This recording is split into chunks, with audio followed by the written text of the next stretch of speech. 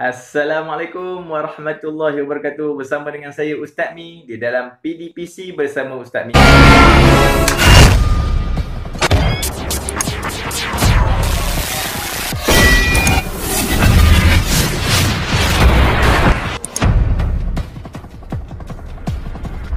Jom kita tengok apa yang kita nak belajar pada hari ini. Okey, baik. Pelajaran 10. Okey, tajuk dia hindari sifat negatif. Ia dalam bidang hadis. Boleh rujuk buku teks muka surat 69 hingga 74. Apa yang kita nak dapat pada kali ini? Iaitu yang pertama, membaca hadis dengan betul. Ini yang kita akan dapat. Kita akan buat last kali. Kita akan dapat membaca hadis dengan betul. Yang kedua, menyatakan terjemahan hadis. Menjelaskan sifat negatif yang dinyatakan dalam hadis. Yang keempat, merumuskan pengajaran hadis. Dan perbincangan soalan penilaian buku teks muka surat 74 Ustaz Mi selitkan di dalam video pada kali ini untuk kita bincangkan. Okey, bonusnya apa?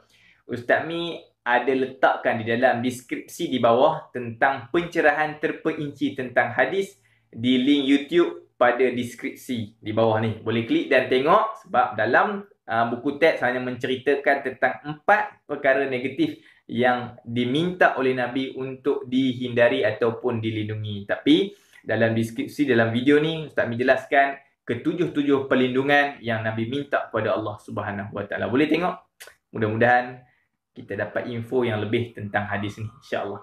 Kemudian yang kedua, Ustaz Mi letakkan juga dalam deskripsi di bawah selepas kita belajar semua ni kan, untuk mengukuhkan lagi pemahaman anda, boleh jawab di deskripsi di bawah ni. Mudah-mudahan Allah Ta'ala memberikan kemudahan untuk anda jawab. Dan bila kita buat berkali-kali dan yang salah tu betul, maka lagi mantap ilmu yang kita dapat, insya-Allah. Okey. Tengok yang pertama, kita baca dulu. An Anas bin Maliki radhiyallahu anhu yaqulu kana Rasulullah sallallahu alaihi wasallam yaqulu Allahumma inni a'udzubika minal ajzi wal kasali wal jubni wal harami wa a'udzubika min fitnatil mahya wal mamat wa a'udzubika min azabil qabr. Okey. Riwayat Al-Bukhari. Okey, ini Ustaz Mi rumikan bagi pelajar Ustaz Mi yang tak dapat membaca dengan baik.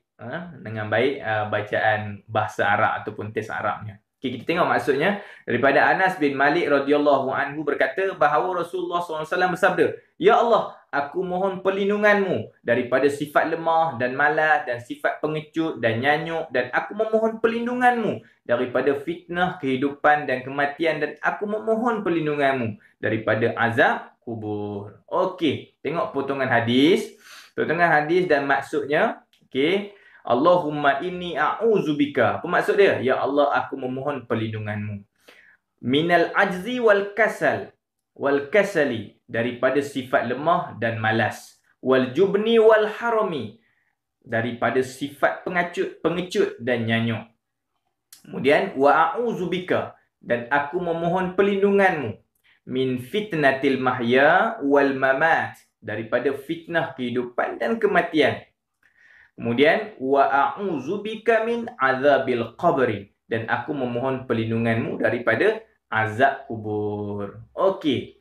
Yang ketiga, 4 sifat yang tidak disukai berdasarkan hadis. Ada 4 sifat. Tengok yang pertama, sifatnya ialah lemah. Al-ajzi. Yang tadi kan, minal ajzi. Al-ajzi tu lemah. Jadi lemah lawannya kuat. Lemah bermaksud meninggalkan sesuatu yang tidak mampu dilakukan.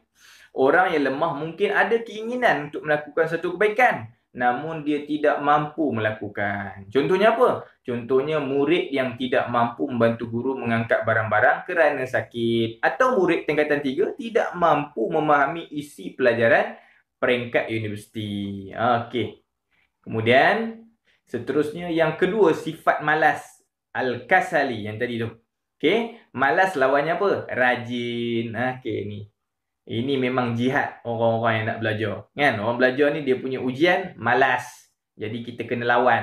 Okey? Lawannya rajin. Okey, malas bermaksud meninggalkan sesuatu yang mampu dilakukan. Orang yang malas hanya mempunyai sedikit keinginan atau tidak ada keinginan atau tidak ada keinginan langsung untuk melakukan kebaikan. Contohnya, malas solat, malas puasa dan malas menyertai aktiviti kemasyarakatan. Okey. Yang ketiga, daripada empat sifat ni, sifat yang ketiga, sifat pengecut. Pengecut lawannya apa? Lawannya berani. Pengecut bermaksud orang yang tidak berani melakukan atau menghalang sesuatu situasi. Contohnya apa? Tidak menolong orang yang dizalimi dan tidak mencegah kemungkaran. Okey. Ini juga perlu ada pada diri orang Islam. Orang Islam bukan pengecut. Macam Sayyidina Umar. Bukan pengecut. Bila dia dapat Islam, apa dia buat? Dia menegakkan Islam, mencegah kemungkaran dan orang kata apa? Amar ma'ruf dan nahi mungkar. Okey? Mengajak orang buat baik dan mencegah kemungkaran. Itu sifat orang Islam. Okey? Dia tak mengecut dalam melakukan hal tersebut. Okey, yang ketiga daripada empat sifat ni, sifat yang terakhir yang diminta dihindari oleh Nabi Muhammad SAW ialah nyanyuk. Apa dia nyanyuk? Nyanyuk ialah penyakit yang mengganggu kewarasan fikiran seseorang yang menyebabkan berkelakuan seperti kanak-kanak. Okey. Dia berlaku selalunya kepada orang tua yang berumur 70 tahun ke atas. Jadi kita kena minta hindar supaya tidak berlaku masalah ataupun fitnah ujian kehidupan di waktu tua. Okey. Kita tengok pula pengajarannya. Sebagai umat Islam, kita hendaklah sentiasa berdoa agar dijauhkan daripada sifat-sifat yang tidak disukai. Kerana Rasulullah SAW sendiri turut memohon perlindungan daripada sifat-sifat tersebut walaupun baginda seorang Nabi. Kita hendaklah berusaha untuk menjadi orang yang kuat kerana seorang mukmin yang kuat lebih dicintai oleh Allah Subhanahu Wa Taala. Yang ketiga, kita hendaklah rajin berusaha meningkatkan kebaikan untuk berubah daripada kemunduran kepada kemajuan. Yang keempat, kita hendaklah berani dalam segala perkara kebaikan kerana sifat ini sifat para wali Allah Subhanahu Wa Taala. Yang kelima, ini semua berdasarkan buku teks. Okey. Yang kelima, kita hendaklah mengamalkan gaya hidup sihat dan memperbanyakkan amal ibadah agar dapat mengelakkan diri daripada sifat nyanyuk. Ini pengajaran yang terakhir. Okey, kita sampai yang kelima. Okey, yang kelima. Setelah kita pelajari yang tadi tu, last sekali dalam buku teks, muka surat 74, ada yang kelima. Iaitu apa? Penilaian. Okey, apa yang ada dalam penilaian ni? Diminta untuk baca hadis di hadapan guru. Bolehlah baca nanti kat rumah kan. Kat rumah baca depan mak ayah. Hafal, baca depan mak ayah. Senang je, hafal je. Allahumma inni a'udzubika minal ajzi wal kasal wal jubni wal haram wa a'udzubika min fitnatil mahya wal mamat wa a'udzubika min azabil qabr. Okey. Kemudian yang kedua, nyatakan maksud potongan hadis berikut. Ustaz Mi dah bagi tahu tadi kan. Boleh tengok balik dan jawab. Kemudian yang ketiga, nyatakan maksud sifat yang tidak disukai seperti berikut. Lemah, apa maksud dia? Malas, apa maksud dia? Pengecut, apa maksudnya? Nyanyuk, apa maksudnya? Kemudian terangkan dua pengajaran hadis. Okey. Yang kelima, Rasulullah ialah, ni soalan kebat Rasulullah ialah seorang Rasul dan contoh teladan terbaik untuk manusia. Namun demikian, baginda sentiasa beribadah dan berdoa agar dijauhkan daripada sifat lemah dan malas serta fitnah kehidupan dan kematian. Mengapakah Rasulullah buat demikian? Okey, huraikan pendapat anda. Jadi untuk pengetahuan semua yang melihat video Ustaz Mi pada kali ini, Ustaz Mi dah masukkan semua soalan ini di dalam kuis Google Form Ustaz Mi. Jadi kalau nak tahu jawapan dia apa, jawablah kuis Google Form yang Ustaz Mi buat khusus untuk mereka yang melihat video ni. Klik video link di bawah ni, kemudian jawab kuis ni. Adalah soalan-soalan ni, kecuali yang pertama ni, baca hadis di hadapan guru. Macam mana nak baca dekat kuis tu? Kan? Jadi yang nak baca tu boleh baca di hadapan guru ataupun bolehlah baca depan mak ayah. Okey. Okey. Jadi Ustaz Mi tak nak jelaskan kat sini, nanti panjang pula jadinya. Okey, jawab di deskripsi tu ada soalan kuis. Berjaya jawab, pandailah insya-Allah. Okey, seterusnya Ustaz Mi nak kongsikan juga ini teknik menjawab soalan berkaitan pengajaran. Ini Ustaz Mi dapat daripada Ustaz Hamdan. Ustaz Mi tengok teknik dia, boleh diguna pakai. Okey, kredit untuk Ustaz Hamdan. Alhamdulillah. Okey, sekarang Ustaz Mi kongsi pula dengan pelajar-pelajar yang melihat video Ustaz Mi pada kali ini. Okey, untuk jawab soalan pengajaran, dia begini. Dia terbahagi kepada 3. Okey, 3. PIH. Tengok tips dekat bawah ni. Tips. Dia ada kata kunci PIH. Apa P, apa I, apa H. Okey, tengok. P, pendahuluan. Pendahuluan, kita gunakan perkataannya ataupun kata mulanya iaitu kita hendaklah. Okey, I apa? I tu isi.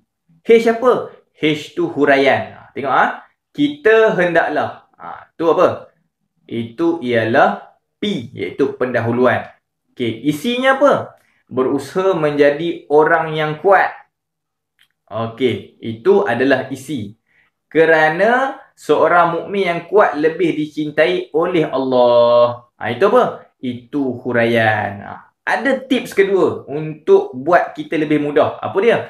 Di antara isi dan huraian, kata hubung dengan kata kunci.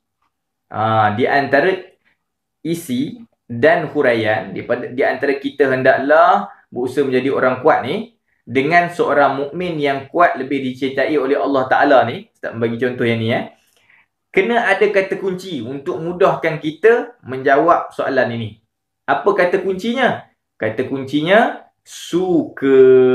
S tu apa? S tu supaya. U tu apa? U tu untuk. K tu apa? K tu kerana. A tu apa? A tu agar. Jadi kita boleh pilih kata hubung ni untuk mudahkan kita berfikir ataupun mencipta ayat bagi huraian.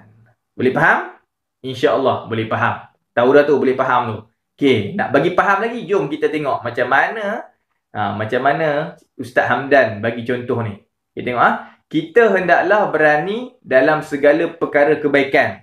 Ustaz Hamdan pilih kerana. K tadi kan? K untuk kerana.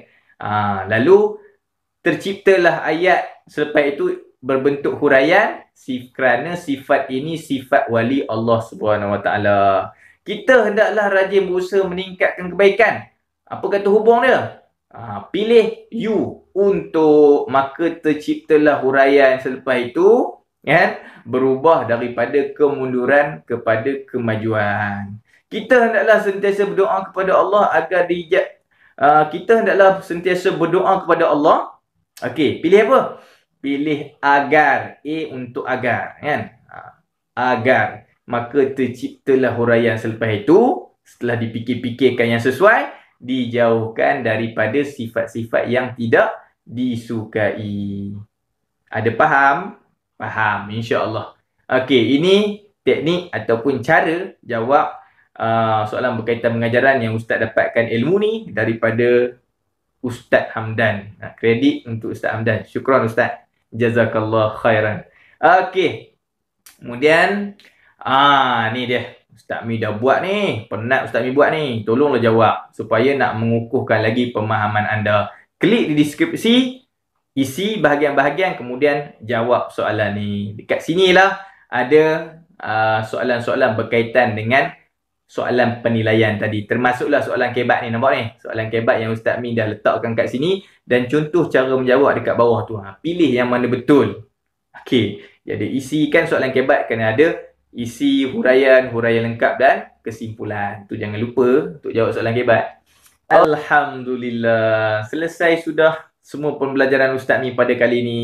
Jadi setelah selesai semuanya, macam biasa, jika anda suka tentang video Ustaz Mi pada kali ini, jemput like dan share. Semoga pahala mengalir buat kita semua dan terus berganda pahalanya setiap kali ada yang menonton dan mengamalkannya. Jangan lupa untuk tekan loceng, subscribe sebagai tanda sokongan dan buah semangat untuk Ustaz Mi sendiri atas usaha dakwah yang kecil ini. Jazakumullah khairan. Jumpa lagi. Assalamualaikum.